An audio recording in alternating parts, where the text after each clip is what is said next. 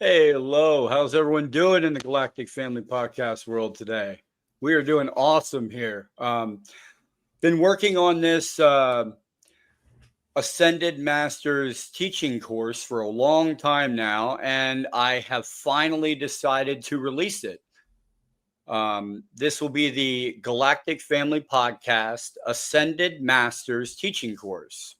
And welcome to the Galactic Family Podcast. Today, we invite you into a journey of light, wisdom, and higher understanding as we present the Ascended Masters teaching course. The Ascended Masters are luminous guides who once walked amongst us as humans. Faced with the same trials of life, and through love, discipline, and devotion, they transcended into higher states of consciousness.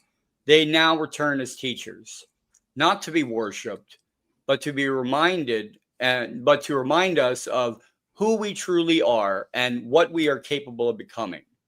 This course is more than just knowledge, it's a path to an inner mastery where your soul will awaken to its true power and purpose. Through their teachings, we learn the timeless principles of compassion, balance, and unity. We discover how to quiet the noise of the world and listen to the divine spark that lives within each of us. As you listen today, open your heart and your spirit. Allow these teachings to resonate with you, to uplift you, and to remind you that you are not alone on this journey. You are a part of a greater family, a galactic family, united in the pursuit of love, truth, and higher consciousness. So take a deep breath now, center yourself, and join us as we step into the wisdom of the ages with the Ascended Masters teaching course. I also want to pull up a good friend of mine, George. He'll be joining us on this episode. How you doing, George? I'm very well, thank you, Jay. Looking forward to this discussion. I'm a bit of a novice on this topic, so I'm listening and gonna glean some insights and wisdom from your findings. Sounds good, brother. Sounds good. So let's start this off.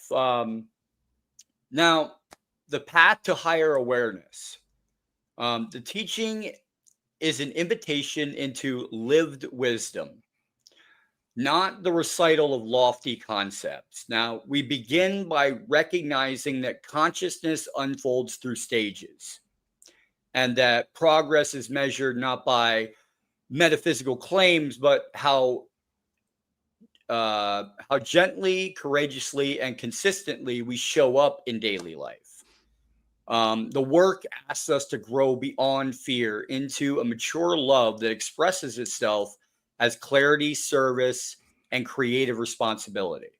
Each practice here is designed to be embodied, reflected upon, tested, and you refine it through compassionate and self honesty.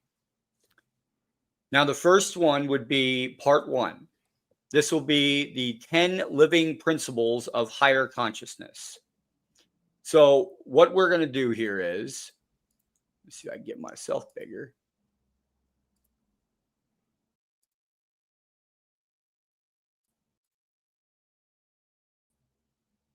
Aha! There we go. I'm bigger. All right. So, you strive for your highest potential. Okay. This is the 10 living principles of higher consciousness. Okay. The first one is you will strive for your highest potential. Now, your highest potential is not perfection, it is coherence between your values and your inner voice and your actions. When intent and behavior align, attention stabilizes and the energy stops leaking into your second guessing or your self sabotage of your own thoughts. This free bandwidth for creative work and compassionate presence is the journey is inheritive, clarifying, experiment, reflect, and revise. That's what you will do. Now, the practical question is, what would my life look like if I stepped fully into alignment? Now, translate that into vision, into small, traceable behaviors, a morning practice you keep, a boundary you honor, a conversation that you face.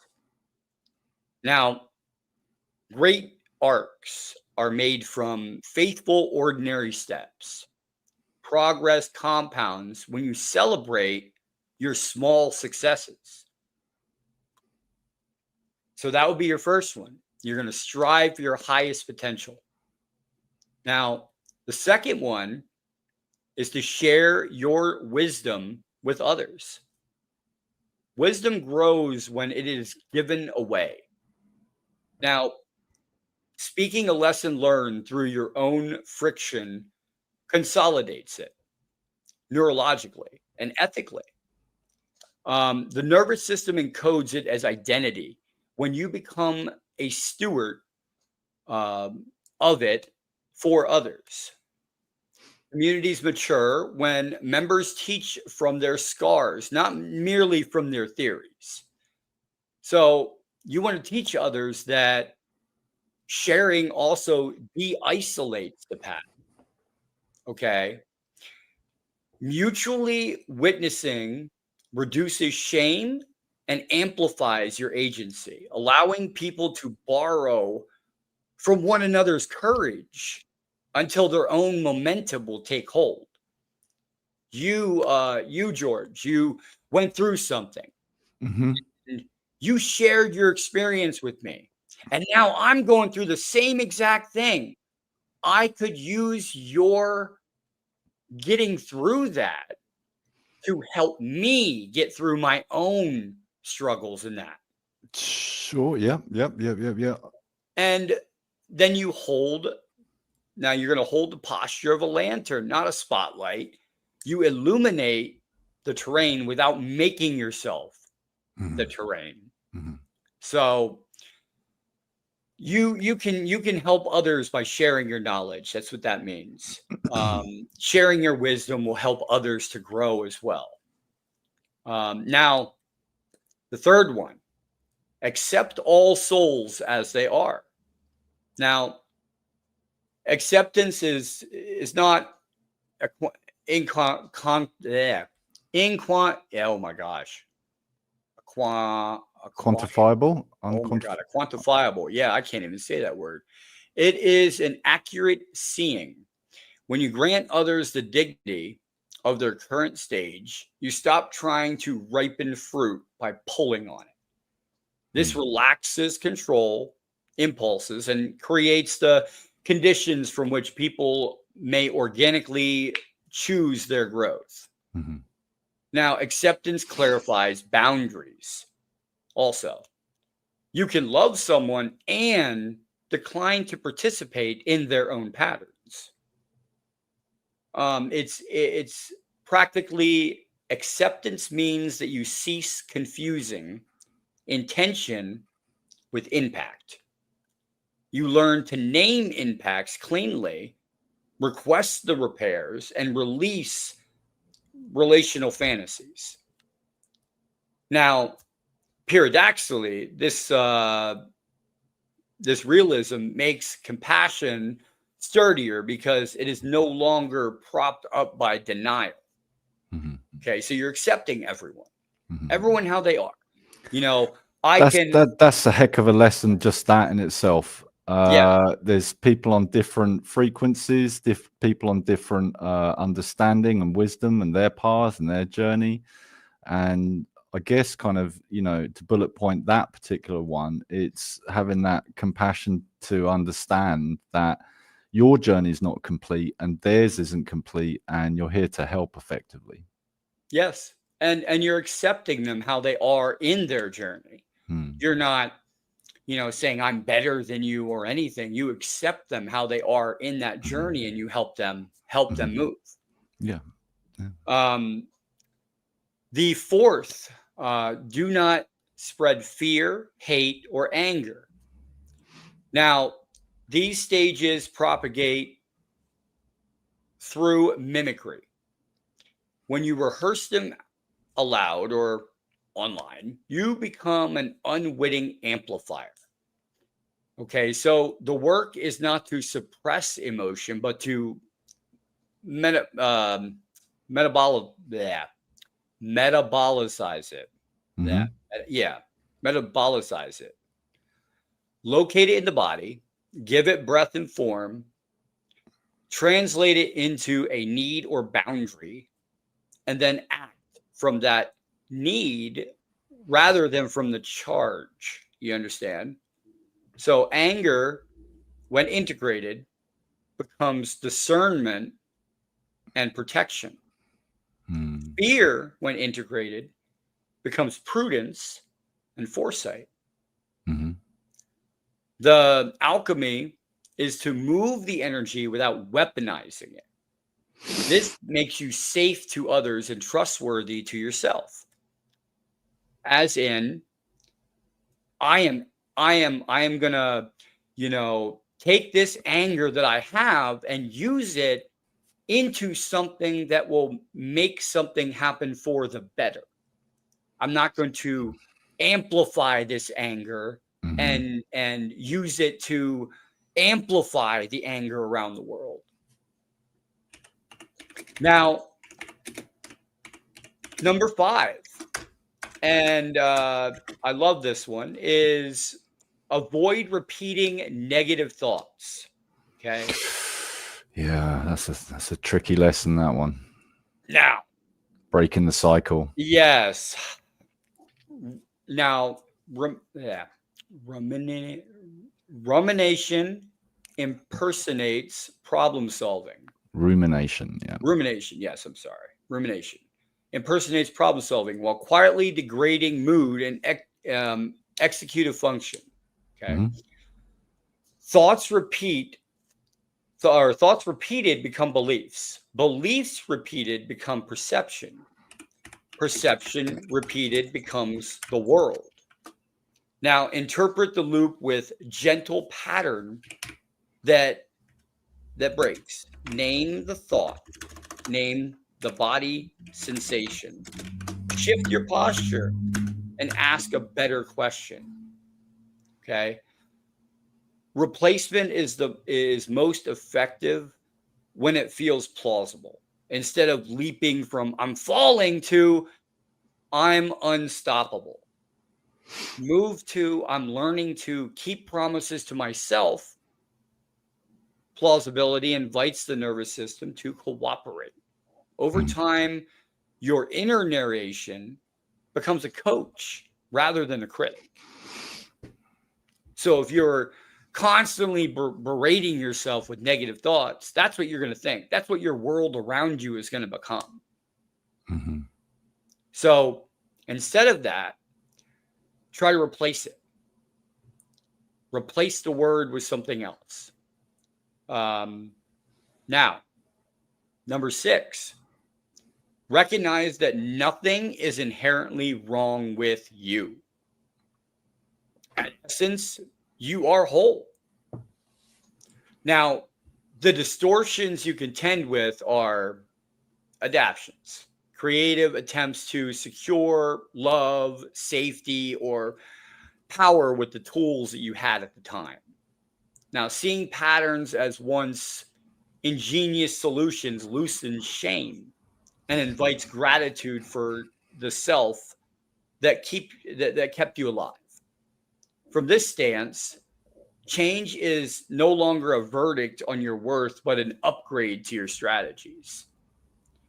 You can retire obsolete protections with ceremony rather than violence. Wholeness is the ground. Healing is remembering that ground while updating your repertoire. Okay. Now, the 7th one on this is change requires courage. Okay. Courage is not the absence of fear. It is intimacy with fear while you proceed. Your body will learn new possibilities through exposure and intolerable doses. Design, brave but doable. The next conversation, the next boundary, the next piece of art shipped before you feel ready. Eliminate binary thinking about success and failure. Instead, measure experiments on what they can teach your system. You celebrate your attempts, you debrief outcomes, and pre-commit to your next big thing that's going to be coming out. This builds self-image, and someone who advances under the imperfect situations and the imperfect conditions. So change requires courage. So instead of, I lost, this guest didn't come. He sat there and he blew me off. And instead of thinking that way, I should say, hey, I have an opportunity now. I should take this and learn from it, or to change what I need to in there to make it fit so I can grow from it. Now, the number 8th lesson is failure is a lesson in disguise. Now, every collapse contains diagnostic data where the plan was underspecified, where the regulation broke, where assumptions were naive. Write the postmortem with kindness to yourself. Ask, what would make success more likely next time? And what signal did I ignore at the start that I should have been paying attention to? When you extract the lesson, you free the energy trapped in regret. I don't regret this anymore.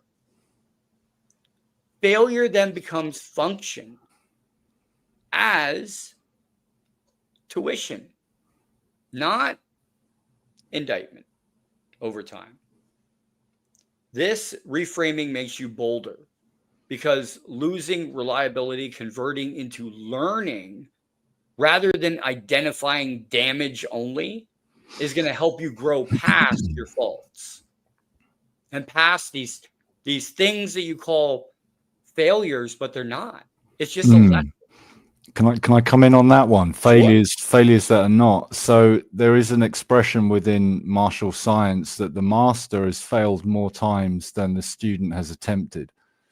So being knocked down doesn't mean you've been knocked down. It just means you've learned. There is no failure. There's only learning. Exactly. So this is part of our moving forwards in life, is understanding that when you take a test and you fail, you don't fail. You just learned that you need to learn some more and get back on it, brush yourself down. There's another expression, I think it's knock down 7, get up 8. Yeah. Yeah. So if you get knocked down, you just get back up. It's nothing. It happens to everyone. That's why you take the failure as just a lesson.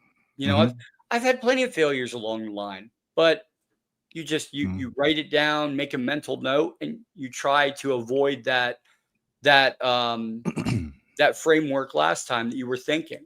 And then the other point is on the prospect of fear of failure, fear of falling over, fear of not being a success. Yeah. The state of fear is an interesting modality, and we often talk about courage.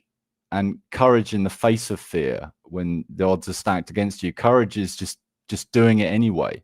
Yeah. It doesn't matter, and just go for it. And that leads us into our next one, which is number 9. Believe in yourself. Belief is a permission slip you issue to your own gifts. Okay. Without it, talent idles behind locked gates, and with it, talent accrues skill through sustained contact with difficulty. Okay. Self-belief is not a vibe, but a practice. Keeping small comments, okay, or keeping small commitments. I'm sorry. Keeping small commitments proves to your nervous system that you are someone that it can trust. Treat doubt as a forecast, not as a fact. Okay. Thank it for its precautionary stance.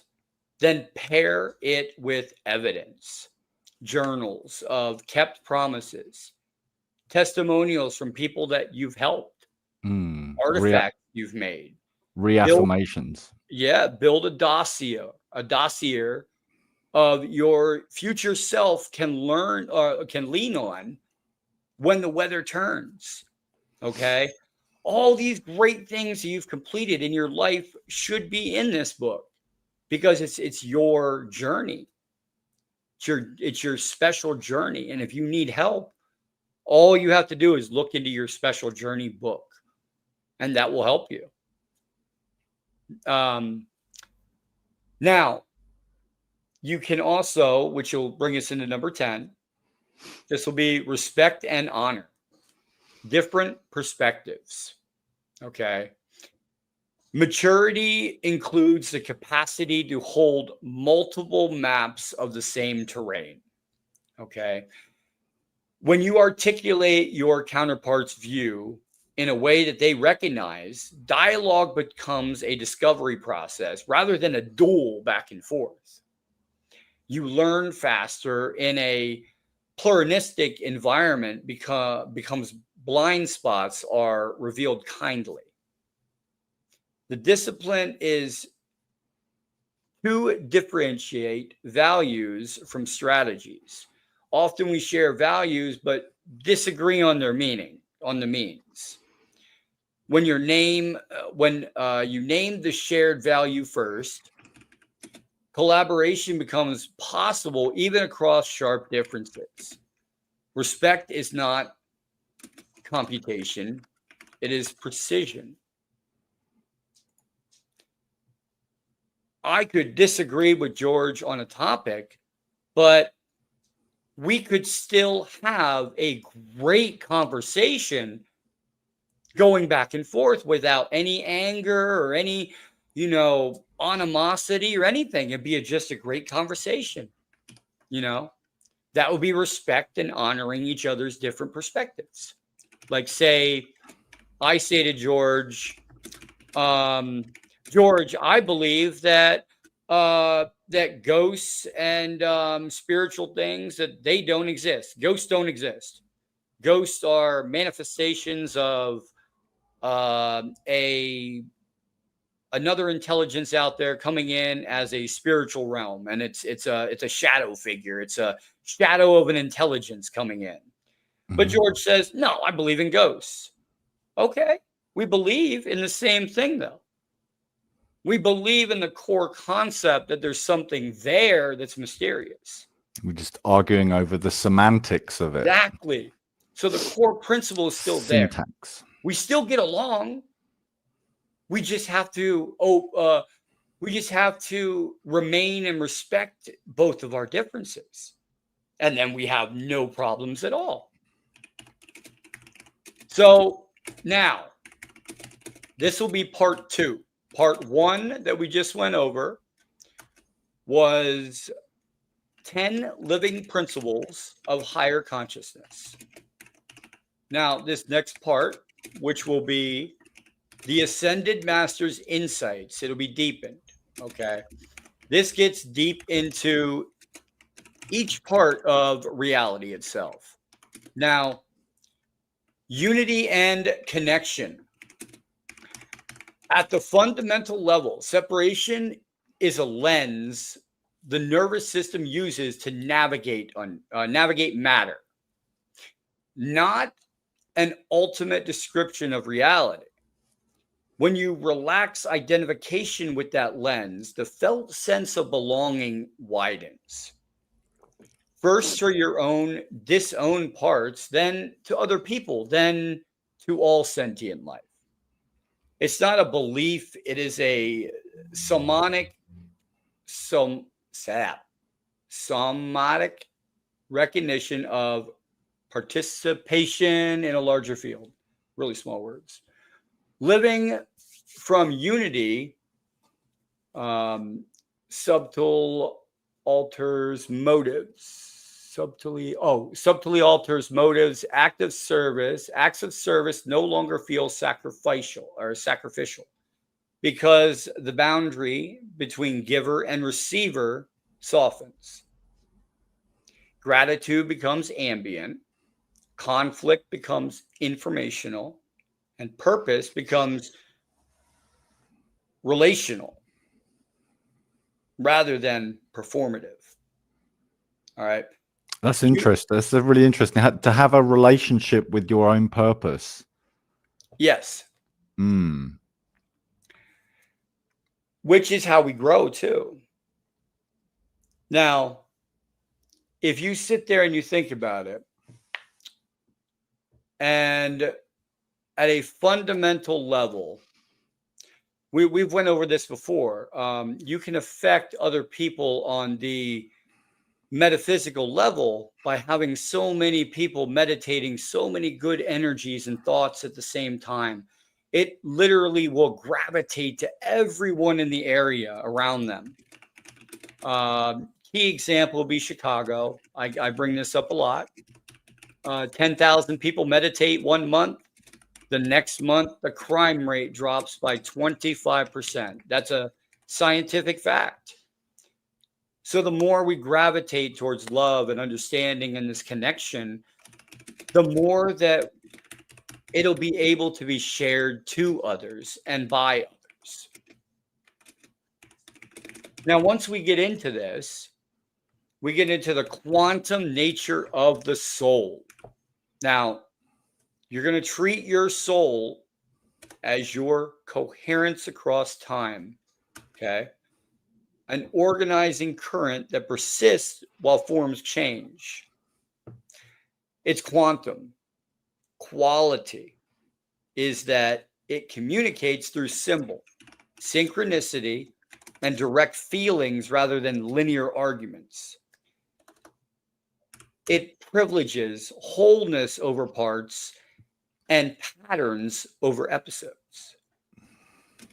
Cultivating intimacy with the soul means tracking resonance, which choices produce inner spaciousness, which contracts it. Over time, you learn the soul's signature, okay? How yes feels in your body and how no feels. And you begin to navigate those signals more and more by social noise, not by your own. So that's the quantum nature of the soul. It goes into wholeness over parts and patterns over episodes. It's a lot to take in, everyone, but the density. Yeah. Go ahead. Yeah, I was going to say like, is that the core of, you know, this guide that you've compiled? Yes.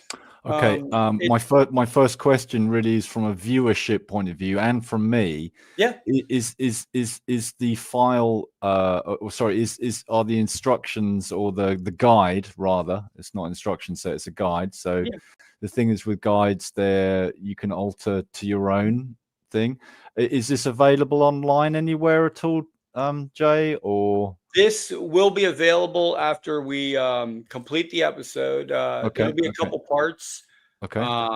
After we're done putting it out, I'm putting this out free of charge for anyone who wants to grab it. They're more than welcome. They send me an email. I'll put my email at the bottom of the screen. Okay. And then they can go ahead and email me, and I'll send them a copy of it. That's great. I'm looking forward to getting hold of you know, like to be able to reread through. You know, sometimes each, I guess, kind of like with lessons in life or lessons in love or lessons in generally speaking. Sometimes at first they don't make sense. You park them you go away for 3 months, you come back, the universe kind of reveals itself and says, here's your lesson. Yeah. And then you move forwards with it. I like the condensed detail that you've got in there. And yeah, I came into this episode today not really knowing much about like what an ascended master is. And I kind of came into this episode today like curious, which is often a state which can, be usually positive to have an inquiring mind or an enquiring mind. But at the same time, it's some lessons may not make sense for everyone. Yeah. I think right the way back in the second part of that was detailing flow state, like kind of being in tune with yourself, having that Being in tune with your body. Yes. Yeah, and certainly from a nuts and bolts science point of view, flow state exists. We can't fully explain it because we can't fully explain intelligence and consciousness fully, or the soul. But for those of us who understand that we do have a ghost in the machine, a divine spark, an essence, then the flow state is an incredibly powerful tool to be able to switch into. Yeah. I know from your own personal career that within that community, those flow states as group dynamics exist. So when you're in tune with yourself and you become in tune with other people, to paraphrase, the blob works. The blob group dynamic works. It's kind of like operating as a group, a cohesive force for good. It's like I could bring you up one. Chris Bledsoe. Okay, Chris Bledsoe. He can get in tune with other people. And I've heard this before. People that have seen him in person and who've been around him, he has been able to transfer, or maybe not transfer, but the person gets something that goes home with them. It's an upgrade that they get with there's a takeaway. There's like a being takeaway. around Chris Bledsoe, being like not maybe around him when he is doing the meditations and calling what he is calling in the orbs and the different entities. Do you know what sympathetic resonance is in tuning forks? And I'm going to use the word to tune in. So when you're tuned in that flow state, and you're in that kind of it can tune other people. Harmony, yeah. Other people come in who are slightly discordant. They're slightly operating. Then they're not tuned in.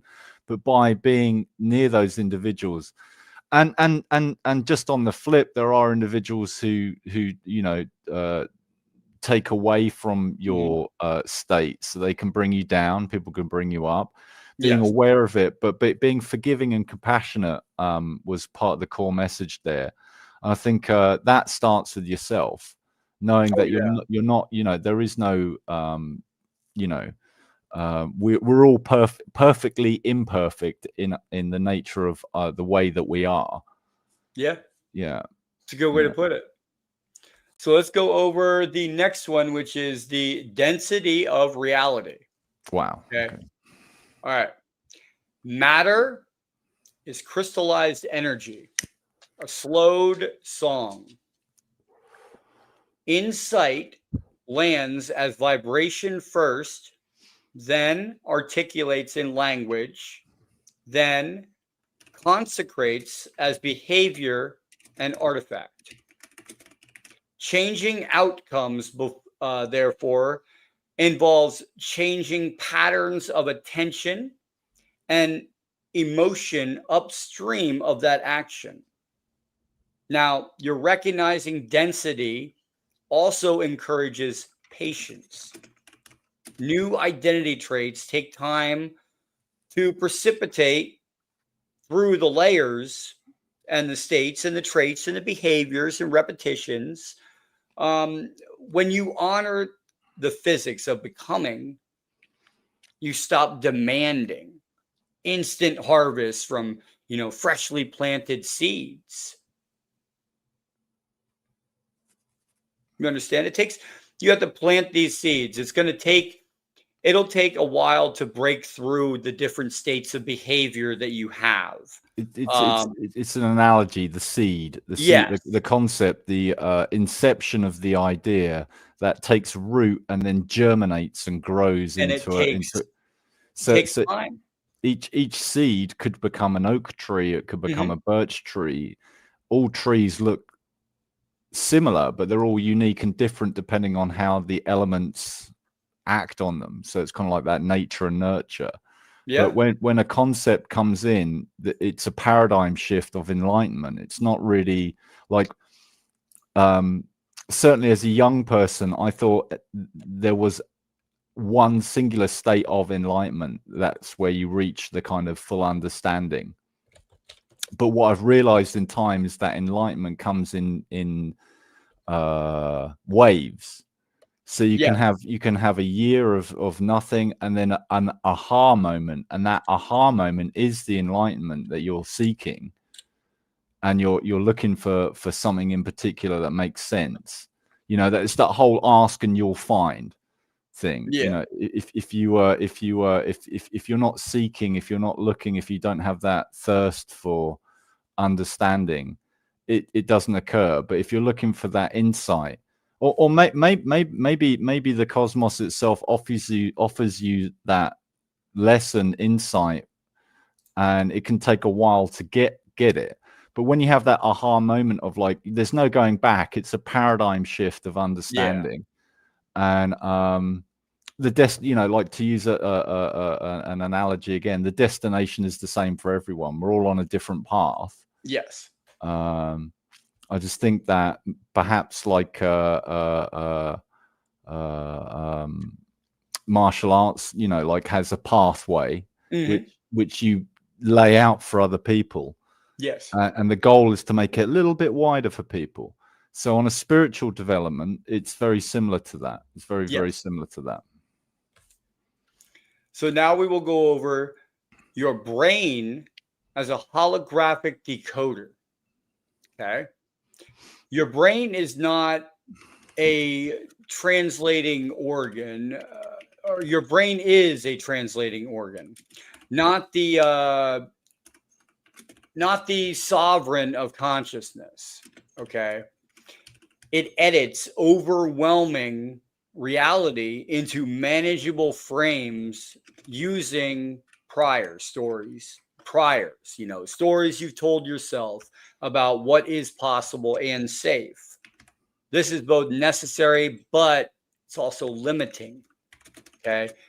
Training the decoder involves updating priors through embodied evidence.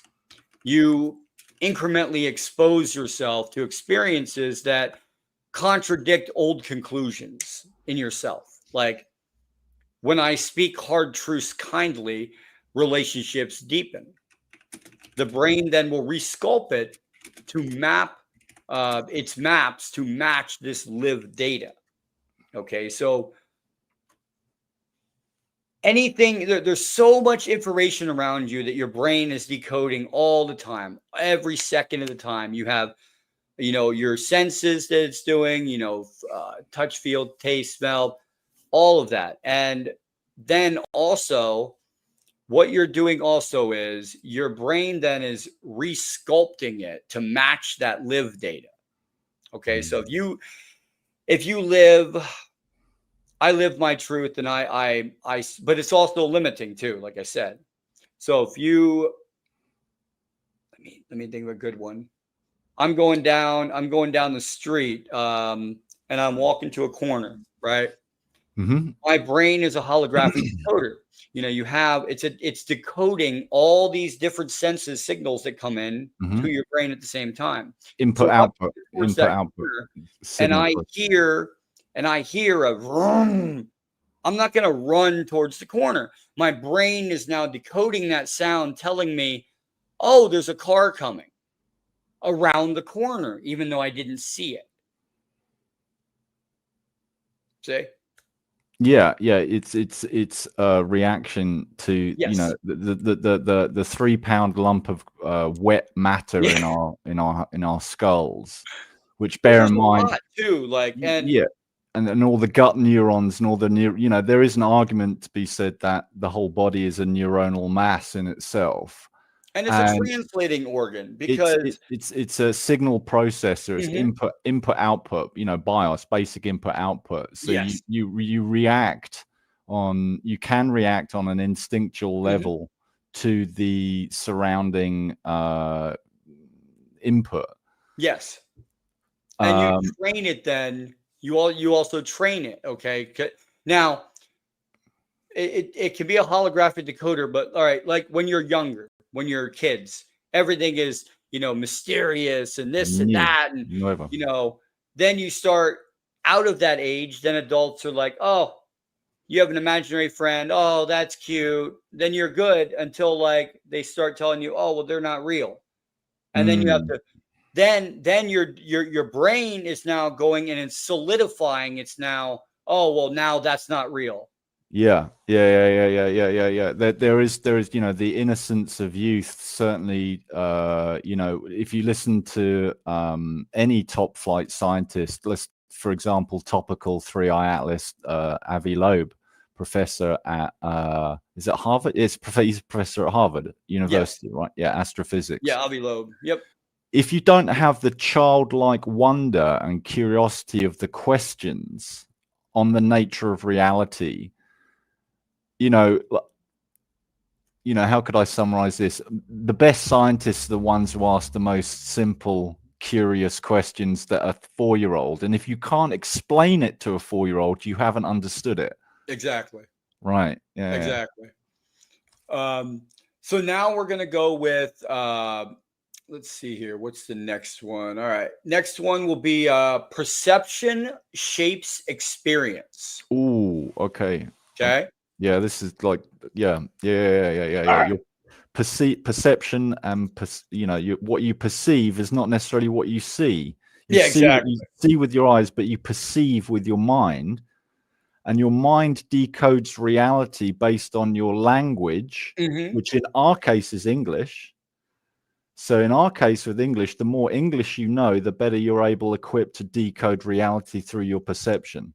Now your attention is a sculptor. So what you stare at grows teeth or wings accordingly. Okay.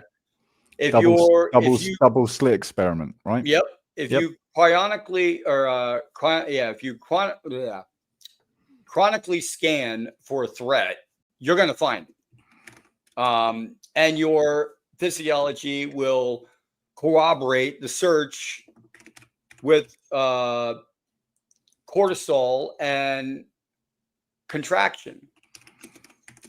If you train for nuance and possibility, you will spot openings others miss.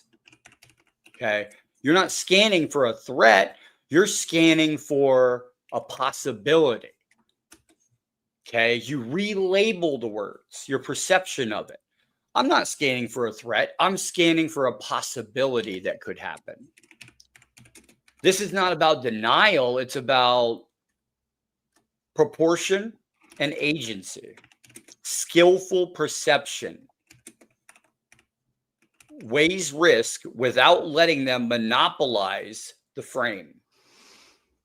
Okay. It asks, what else is true right now? And insists on including resources alongside challenges. So you reframe your shaping. You're reframing your way of thinking. I'm not scanning for a threat. I'm scanning for what else could be going on, a possibility that could happen, not a threat. Because the minute you label it as a threat, now you are in threat mode. You are in a different kind of mode, and you don't want that. Now, not to say you don't, because there is certain situations that you would be in that kind of a mode. Okay, soldiers going to Iraq, they get put into a mode. They get endorphins. They get, I would do a mission in Iraq, and I would be, up for 24 hours, with no sleep and be fine. because of all that endorphins running through me and all that, excitement and everything, going on. That keeps me awake. So that's your perception and everything. Now we're going to be going into the self-fulfilling prophecy. Okay. Now, expectations tune behavior. You prepare differently when you assume a door can open. Okay. Communities also enact collective prophecies, shared initiatives, while shared hope finds them with attention and care. The future often arrives by invitation. Okay. Now, to wield this law ethically, make your expectations public in the form of communities you are willing to be measured against. Okay. Avi Loeb, he wants to make his all of his stuff, solid on 3i Atlas. He has to be able to wield this ethically and put it out there to the communities that are willing to measure against it. And then collaborate through them, through the feedback. Okay. Prophecy then becomes responsible when it is married to iteration. Okay. So Avi Loeb, like I said, he wants to get his knowledge on 3i Atlas solidified. Okay. Is he going to release that to farmers? No, because it wouldn't be ethical, because a farmer is not going to know all about space that Avi Loeb's going to know.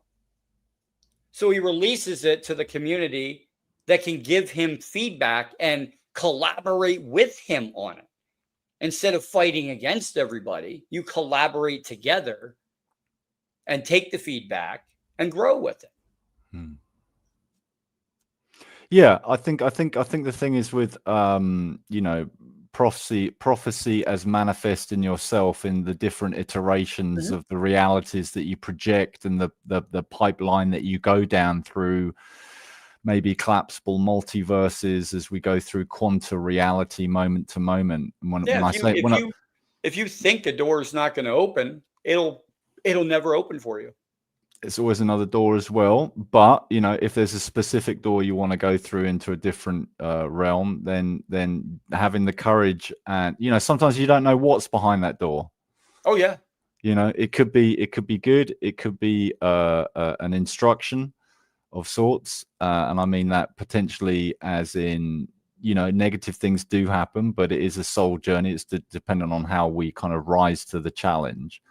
But I think the thing is, my personal understanding on prophecy in a general consensus is that they're usually there as kind of guides to be able to say we don't necessarily want to go down this particular negative prophecy that things are bad.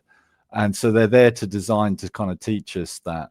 But yeah, in the sense of destiny, having a sense of destiny and your kind of like soul mission or your divine mission in life, we're all on that, and each of it is different for each of us. But yeah. Oh, you brought up the part of the PDF. Yes, I did.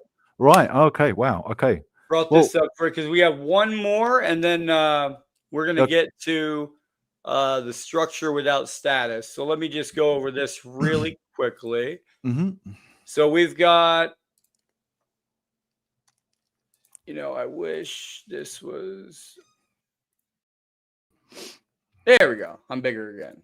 All right. The last one is for this part anyway. This is going to be a parted series because it's a pretty long guide. So this will be the last for this part, and this will be the last one for part 2, and then we'll have part 3, 4, and 5, which will be on the next podcast. Now, This one will be all paths lead to the same source. Okay. Sincere traditions teach recognizable virtues: humility, generosity, courage, fidelity to truth. They are different dialects aiming at similar human upgrades. Arguing over dialects misses the music. The wise learn across lineages, honoring each past genius and their guardrails. Practically, periodically, or practically engage any path that reliably moves you from reactivity to responsiveness, from self preoccupation to service. Evaluate teachings by their fruits in the lives of practitioners, not by their marketing. Okay. Meaning, you asked me if I was going to put this guide out. Okay. I'm putting it out free of charge. If I was to not want to do that, it would be, I'm going to market this out. I'm going to make so much money off of this guide. That's not an ethically, good path to be on. You know what you understand? Because I understand. You're inviting that greed in. Now, I could charge for it. I could, and it'd be great. But it's shared knowledge that should be out there to others. I think knowledge philosophy, right? So the philosophy of knowledge is all knowledge intrinsically free at source? Yes. I'm on the same page there, and I've often wondered why it is. If you like, I'm not going to name names, but an individual once told me that, oh, if you know something that somebody else doesn't, it's good for business, right? And this individual, like, I could wrap in the Sinclair family at Roslyn Chapel. I was invited up by me, but it's just like, well, knowledge is free, and why does one group of people want to know something that another group of people don't know, but they should know, because it gives everyone the same playing field, the same level playing field. So if I go to seek something as far as knowledge, and the universe provides it, and I assimilate that knowledge, if I'm asked, or my understanding on that, and we might have different viewpoints on perspectives, the same way as like we're talking about the semantics with the afterlife and ghosts and that. Yeah. But it's like, well, having different angles on it can give a better understanding. So it's like detective work. You kind of get this knowledge, you have your interpretation. The knowledge is for somebody else, they have their interpretation. That's why everyone writes different papers at universities with their own thoughts, their own ideas. And then collectively, we have a better understanding of said knowledge, which we can then utilize to move forwards together. Yep. But I think intrinsically, education and knowledge should be free. So whilst that's maybe controversial with the, universities, there are universities on the planet which are free at point of access. Yeah, exactly. And I think that surely that's a model of free knowledge that we should, as far as education go, be promoting. It shouldn't have to cost you more than your dedication to understanding as best as you're able that knowledge. I don't think it should cost you a hideous amount of debt. No. And the reality of, like, financial debt on people is that this is like a shadow, but hey, we're moving forwards in time. Who knows what the next decade's going to be? Maybe it's all change. Yeah, sorry. Well, we're changing it little by little, though. I mean, but all right. So we have we'll stop it there with the guide, and just to let you know how big the guide is. It's been an hour. We got through 7 pages out of 19, and we are on part 3. So we'll start off on that the next time we have the podcast. And if you want to go over this, George. Yeah, sure. And just to punctuate there at the end, your if people want the guide that you've kind of taken along, I mean, I don't know how many years it's taken you to put this together, maybe like a couple of years it's been in the pipeline. But yeah, on screen right now is the email where you can access that. Send out a little email, be polite, obviously, and it'll be sent across to you as soon as possible, as soon as the hamsters are kind of given in the background. But yeah, so what we're looking at on screen now is part of a man called Jim Channon, who was a lieutenant colonel in the US Army. And he was tasked in the 70s to look for a new way to fight future combat war. And he's featured in a film which I highly recommend. A lot of information in there. It's called The Men Who Stare at Goats, which factors in remote viewing, psychic, the ESP and espionage. Understanding that in a sense we do have these innate abilities that you may have as a child, and then, like you said, as you grow up, the paradigm is you conform to the consensus reality, and the adult consensus reality is that telepathy doesn't exist, psychokinesis doesn't exist, pyrokinesis, and all of those elements that some people say is woo, but certainly to a certain point it's factual now with individuals like remote viewer 001 Joseph McMoneagle. And Jim Channon was at the forefront of that, and he created a concept called the First Earth Battalion. And the First Earth Battalion was the guidebook to be able to move forwards in a better way as far as kind of I dig it.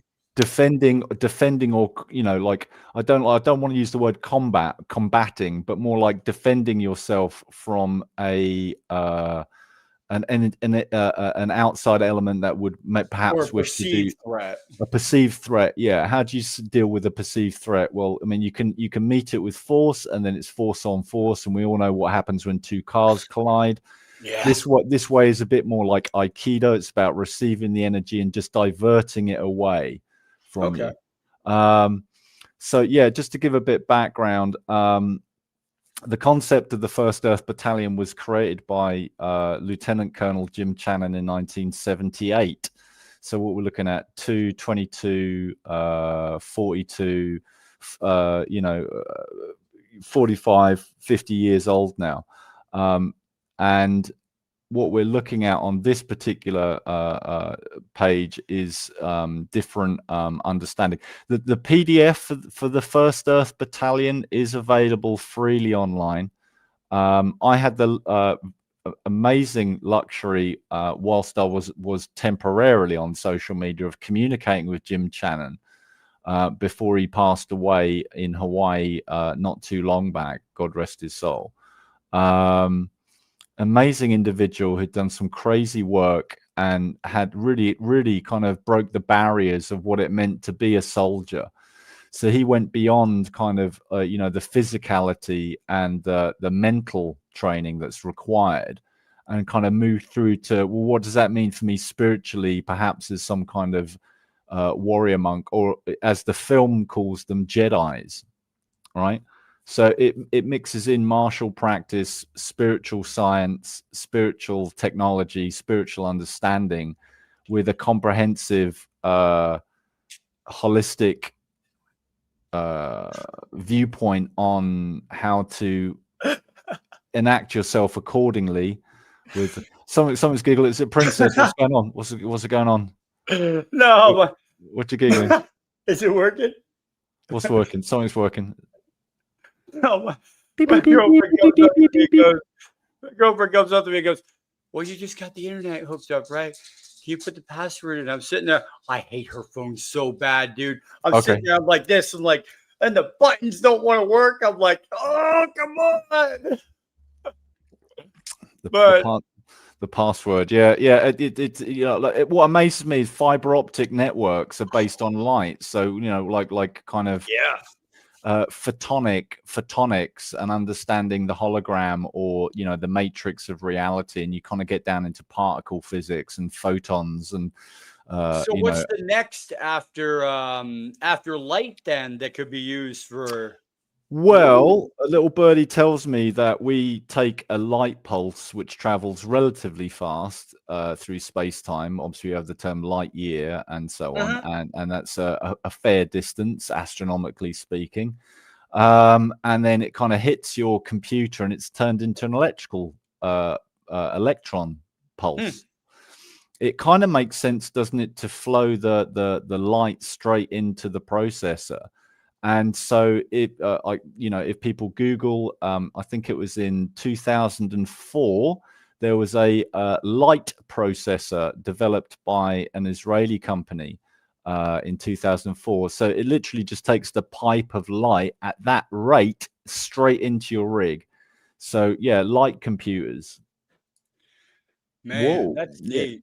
Yeah, I mean, like, there's proof of concept. They had a prototype.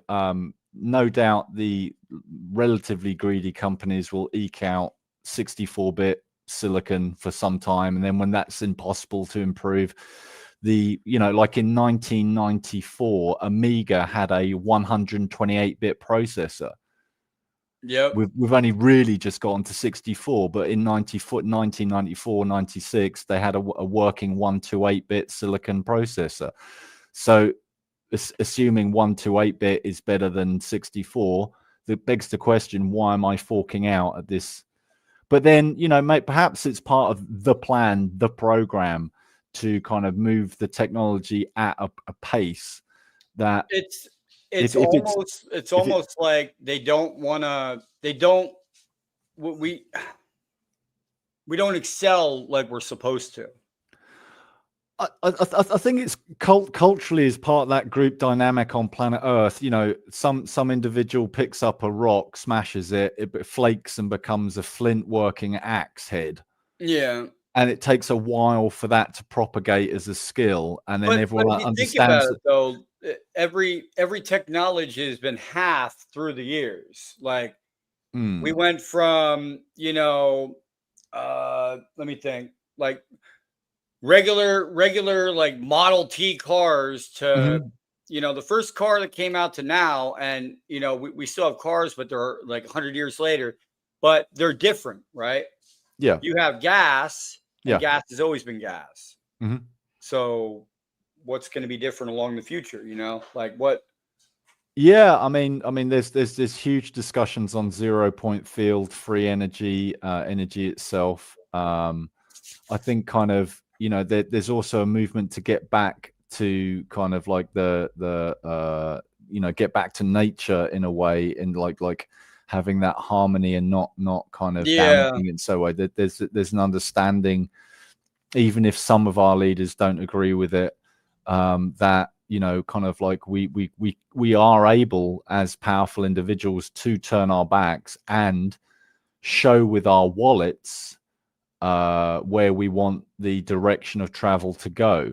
So when you're investing, when you're purchasing products, are you purchasing ethical products? Is it is it able to be reclaimed and recycled and renewed and regenerated and re-energized, or is it going into landfill? And like, you could take the philosophy, well, in 150,000 years, that landfill is new oil for somebody else in the future, or but then, well, it's like going from coal, and then we go to nuclear, and then from nuclear now we're going to something else. It should be like computers. You buy a computer today, tomorrow it's obsolete.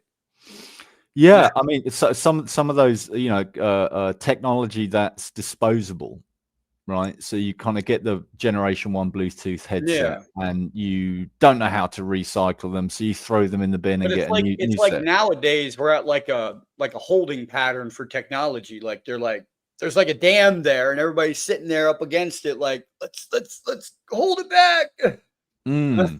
Yeah, again, I think it's like, okay, so imagine now you've got the very first spade, right?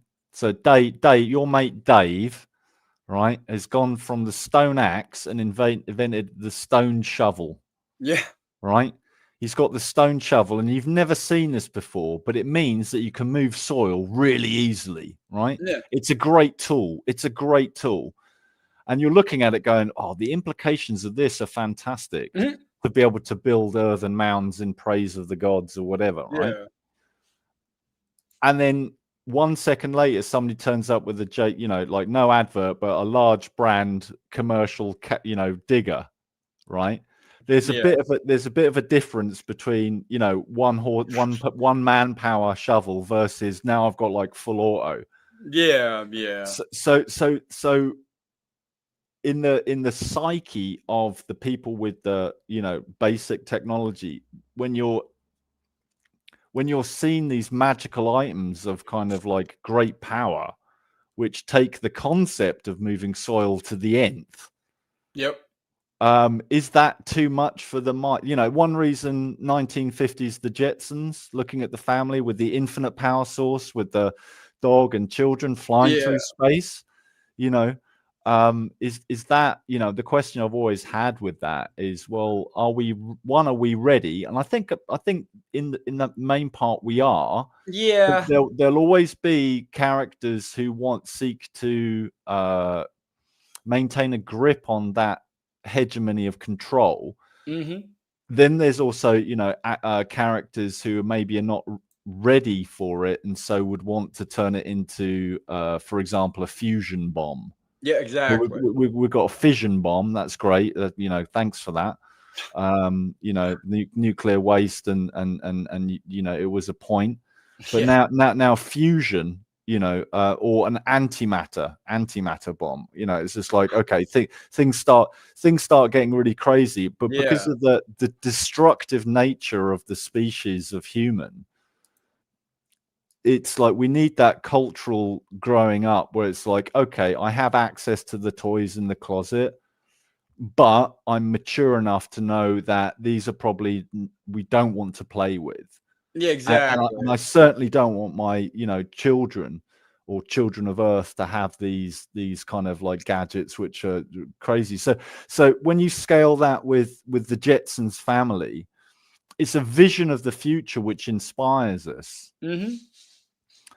But I think also that there is a sequence to this, which is played out over the cosmic videotape of Yeah. time. And yeah, it's there's plenty more to come, and like for people who are going through like a fear paradigm at the moment with the tension on the planet, I just want to say that it's okay to feel that, and it will pass. And don't like to understand that each moment is a new opportunity, a new horizon, a new Hmm. vista. So it's a choice to live in fear. You can live in fear, and the fear paradigm means that the people who are in that are very easily controlled by Very outside easily sources. manipulated. Yep. Yeah. So it's like, okay, breaking free and get, kind of like having I think the French call it a laissez-faire attitude to life. That kind of like, well, just it doesn't matter. It's okay. So what? So what? Okay. So an asteroid like 3i Atlas is going to destroy Mars. It's going to ping pong into the planet. We're all Oh, dead. Okay. Or this toxin's going to be. We're all dead. Okay. And it's like game over. Like how many different scenarios can you come up with for game over? And do you I've want heard like so many scenarios for game over that I've lost track. So, and all these people that keep putting out these years like 2026, no, 2030, no, yeah. 2036. I'm like, I don't care. It's going to happen eventually. Yeah. Even Superman passes out when the sun explodes. So Right? you're not getting out of the. If you're not getting out of it in one piece, which none of us are on this journey, then you can your viewpoint changes a little bit Well, on it's like, life. what was it? You know, If an X class solar flare hits the Earth, we Y would be class.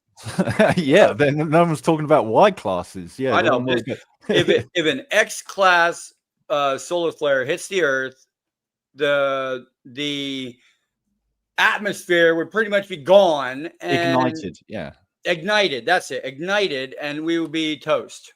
yeah. In seconds. Like you And, would see like a wave come and you would be just gone. there was the Carrington event, which was an X-class event Oh where, yeah, that was when we had the so all of the copper, telegraph. nothing was shielded. There's no electromagnetic pulse shielding, and the sun did its thing, zapped the planet, and telegraph poles with copper wires were igniting, burning.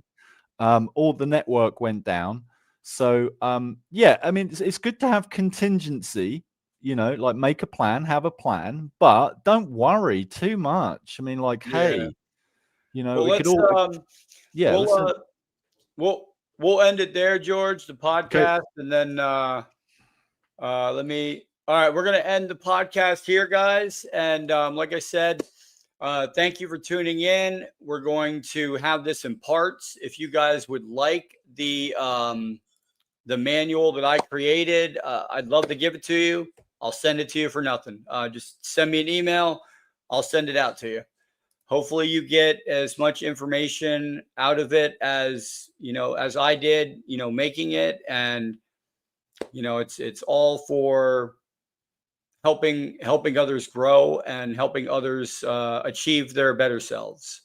Thank you, Galactic Family. Have a great night.